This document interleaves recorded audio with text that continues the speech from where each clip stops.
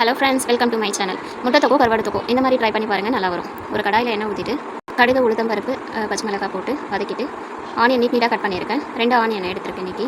So அதை உள்ளே சேர்த்துட்டு வதக்கிக்கிறேன். பாதி வதங்கினதுமே நான் வாழைக்கருவாடு எடுத்திருக்கேன். வாழைக்கருவாடை உள்ளே சேர்த்து வதக்கிக்கிறேன். ஸோ வாழைக்கருவாடும் ஆனியனும் ரெண்டும் சேர்ந்து ஓரளவுக்கு நல்லா வதங்கினதுக்கப்புறமா இந்த அளவுக்கு வதங்கினா ஓகே. ஸோ ஓரளவுக்கு நல்லா வதங்கிடுச்சு. எண்ணெயிலேயே நல்லா வதக்கிக்கோங்க. அப்படியே மீடியம் சைஸ் தக்காளி 2 எடுத்திருக்கேன். அதை பொடியாக கட் பண்ணியிருக்கேன். உங்களுக்கு எவ்வளோ தக்காளி தேவைப்படுதோ நீங்கள் எடுத்துக்கலாம். ஸோ அந்த தக்காளியை உள்ளே சேர்த்துட்டு வதக்கிக்கிறேன். லைட்டாக சால்ட் ஆட் பண்ணிக்கிறேன். ஆட் பண்ணிவிட்டு மூடி வச்சுட்றேன். மூடி வச்சு இந்த அளவுக்கு வதங்கியிருக்கு. இன்னும் கொஞ்சம் வதங்கினா நல்லாயிருக்கும். ஸோ மறுபடியும் நான் க்ளோஸ் பண்ணிடுறேன். ஸோ இப்போ இந்த அளவுக்கு வதங்கியிருக்கு. கருவாடும் கூட சேர்ந்து நல்லாவே வெந்திருக்கு. ஸோ இப்போ வந்து நம்ம இதுக்கு தேவையான உப்பு, மஞ்சத்தூள், மிளகாத்தூள் எல்லாமே ஆட் பண்ணிக்கலாம். உப்பு மட்டும் கம்மியாகவே ஆட் பண்ணிக்கோங்க, ஏன்னா ஆல்ரெடி கருவாட்டில் வந்து உப்பு இருக்கும். நான் இன்றைக்கி தண்ணி எதுவும் ஊற்றலை, அப்படியே மூடி வச்சு தான் குக் பண்ணுறேன். உங்களுக்கு தண்ணி வேணும்னா நீங்கள் விட்டுக்கலாம்.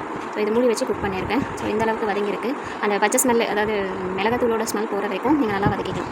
வதக்கிட்டு கடைசியாக வந்து கருவேப்பிலை, கொத்தமல்லி போட்டு இறக்கிக்கலாம். நான் தேவையான அளவு கருவேப்பிலையும் கொத்தமல்லியும் போட்டு இறக்கிக்கிறேன். இது வரைக்கும் கருவாடு தொக்கு ரெடி. ஆனால் நான் முட்டையும் எடுத்துருக்கிறதால 4 முட்டை ஆல்ரெடி வேக வச்சுருந்தேன். ஸோ அந்த வேக வச்சு தோல் உரிச்சு ரெடி பண்ணி வச்சுருந்தேன். ஸோ இதில் போட்டு 2 தரட்டை தரட்டிக்கிறேன். இந்த அளவுக்கு வதங்கினா போதும். முட்டை தொக்கு கருவாடு தொக்கு ரெடி ஆகிடுச்சு. இந்த சாப்பாட்டில் தொட்டுட்டும் சாப்பிட்லாம், சாப்பாடு கூட பிசைஞ்சிட்டும் சாப்பிட்லாம். ரொம்ப டேஸ்ட்டாக இருக்கும். ட்ரை பண்ணி பாருங்கள். எப்படி இருக்குன்னு கமெண்ட் பண்ணுங்கள். தேங்க்யூ ஃபார் வாட்சிங். பாய்.